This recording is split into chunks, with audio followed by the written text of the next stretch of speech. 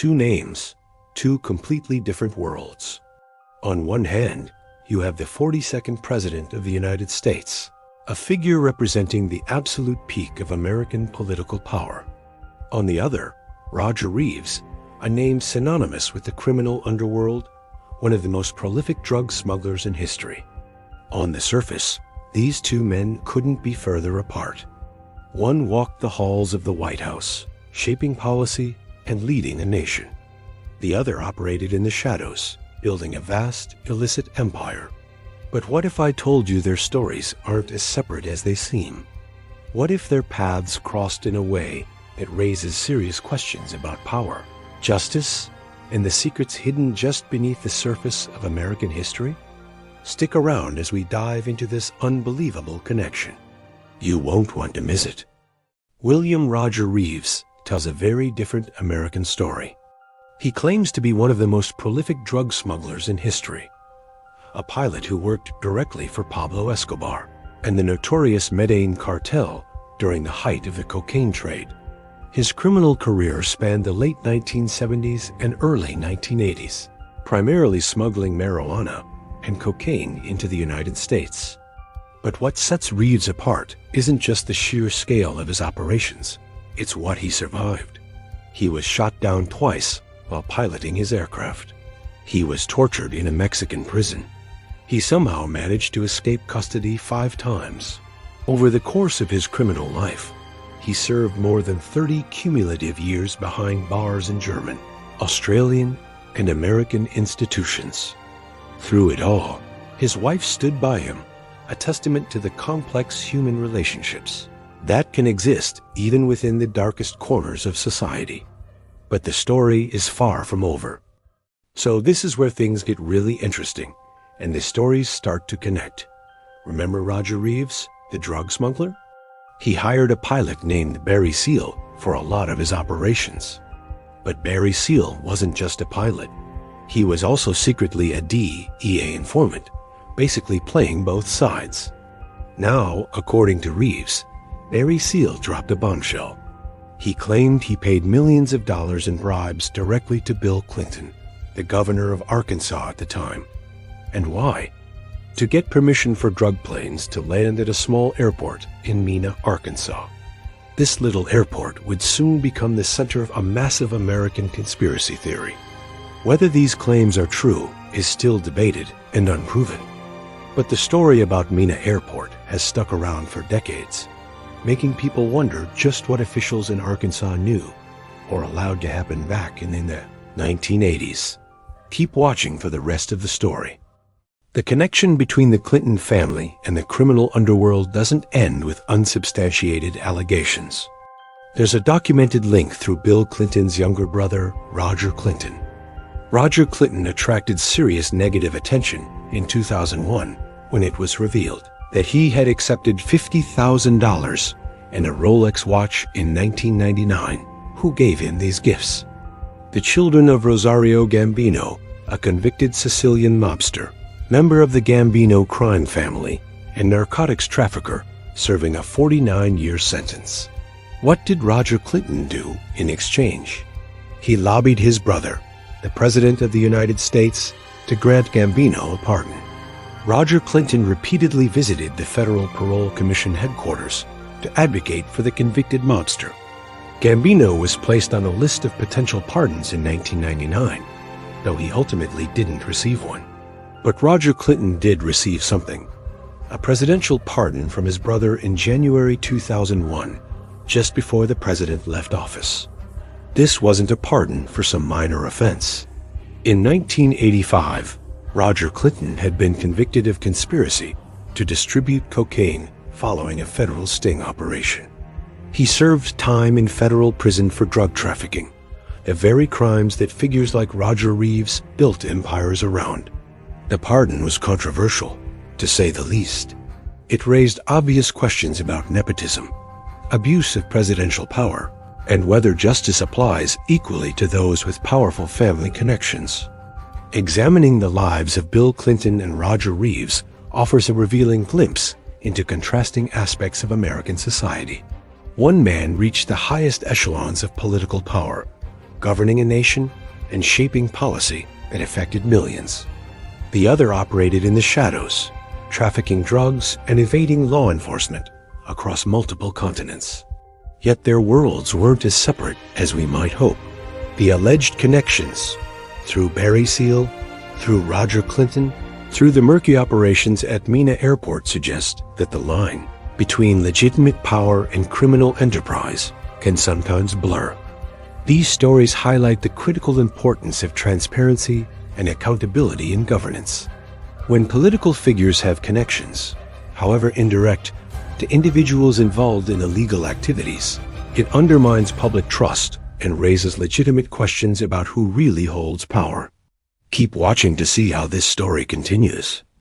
To fully understand this web of connections, we must examine the Iran-Contra affair, one of the most significant political scandals of the 1980s. Iran-Contra affair primarily unfolded during the Reagan administration, but its repercussions echoed well into the Clinton era. The scandal involved the covert sale of weapons to Iran by officials in the Reagan administration. The proceeds from these illegal sales were then funneled directly to the Contras, anti-Sandinista rebels fighting in Nicaragua. This was all done in violation of congressional prohibitions. It represented a shadow foreign policy, operating outside democratic oversight and accountability. During the Iran-Contra period, Bill Clinton was serving as governor of Arkansas. He was not directly implicated in the scandal, at least not officially. However, the clandestine operations and questionable dealings surrounding the affair cast a long shadow over the broader political landscape, including Arkansas.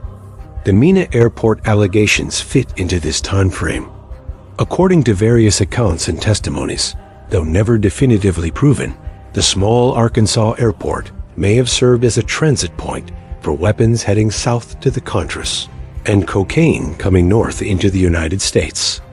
If true, this would mean that during his governorship, his state was being used as a hub for illegal operations that were connected to both drug trafficking and covert foreign policy initiatives. Roger Reaves was operating at full capacity in the drug trafficking world during this exact period. And here's where things get even more complicated. Some accounts suggest that individuals involved with the Contras and those involved in the illicit drug trade had overlapping networks.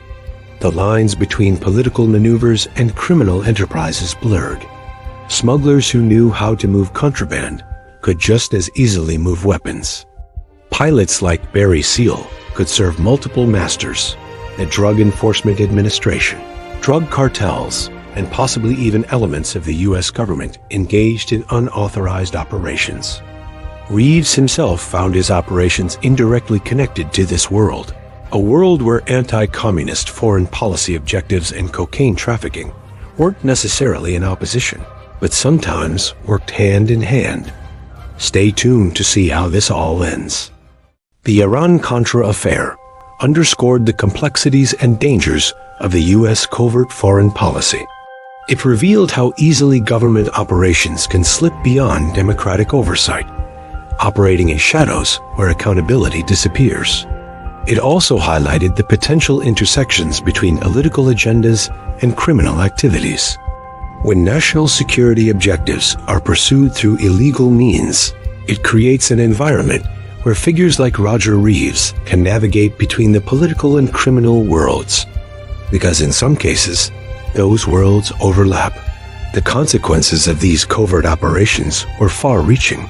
They damaged America's credibility internationally, violated domestic law, and potentially facilitated drug trafficking into American communities, the very communities the government was supposedly protecting. When you examine the connections between Bill Clinton, Roger Reaves, Barry Seal, the Mena Airport allegations, and the Iran-Contra affair, you encounter a web of intrigue that reflects the intricate and often troubling nature of American politics. These aren't simple stories of good versus evil. They're complex narratives involving moral compromises, alleged corruption, covert operations, and the unforeseen consequences that ripple out from decisions made in secret. Roger Reaves represents the criminal underworld, a man who broke the law repeatedly and paid the price with decades in prison. Bill Clinton represents legitimate political power, a man who rose from humble Arkansas beginnings to the presidency. But the space between them isn't as clean as we'd like to believe. Allegations, family connections, and the historical context of the 1980s suggest a murkier reality where political figures and criminals sometimes operated in uncomfortably close proximity. These historical events serve as a powerful reminder that the actions of a few individuals can have far-reaching implications, shaping the course of both political and criminal histories. They remind us why transparency in government is not optional. It's essential. When operations are conducted in secret, when connections to criminal figures are tolerated or ignored, when family members of powerful politicians can lobby for mob bosses, the integrity of the entire system is compromised. The stories of Bill Clinton and Roger Reaves, seemingly worlds apart, ultimately converge to illustrate the intricate intersections of power, politics, and crime in America. What can we learn from these interconnected stories? First, that power can corrupt, and that even those at the highest levels of government are not immune to questionable associations and decisions. Second, that the world of international drug trafficking and covert political operations sometimes occupied the same space during the Cold War era, creating opportunities for criminals and complications for legitimate governance. Third, that accountability matters. The controversial pardon of Roger Clinton, the unanswered questions about Mena Airport, the broader Iran-Contra scandal, all of these represent moments when accountability was lacking or compromised. Many questions remain unanswered. Did Barry Seal really pay bribes to Bill Clinton? Was Mena Airport actually used for drug trafficking with the knowledge of Arkansas officials? How deep did the connections between Contra operations and drug smuggling really go? Some of these questions may never be definitively answered. Roger Reaves tells his version of events. Official investigations reached certain conclusions, but gaps remain, spaces where truth and allegation exist in uncomfortable tension. What we can say with certainty is that these stories reveal the complexity of human experiences and the often hidden connections that shape our political reality. Behind these larger-than-life stories are real people. Roger Reaves, despite his crimes, had a wife who stood by him through decades of imprisonment. Bill Clinton rose from poverty to the presidency, achieving the American dream while also facing scandal and impeachment. Roger Clinton struggled with addiction and made terrible choices that his brother's position allowed him to escape from. These are reminders that even in stories about drugs, politics, and power, we're ultimately talking about human beings with all their flaws, ambitions, loyalties, and failures. The unlikely connection between Bill Clinton and Roger Reaves serves as a window into a period of American history where covert operations, drug trafficking, and political ambition collided in troubling ways. Whether you believe the more controversial allegations or not, the documented facts alone reveal uncomfortable truths about how power operates, how accountability can fail, and how the distance between the halls of power and the criminal underworld can sometimes be shorter than we'd like to admit. These stories challenge us to demand more from our leaders, more transparency, more accountability, and more integrity.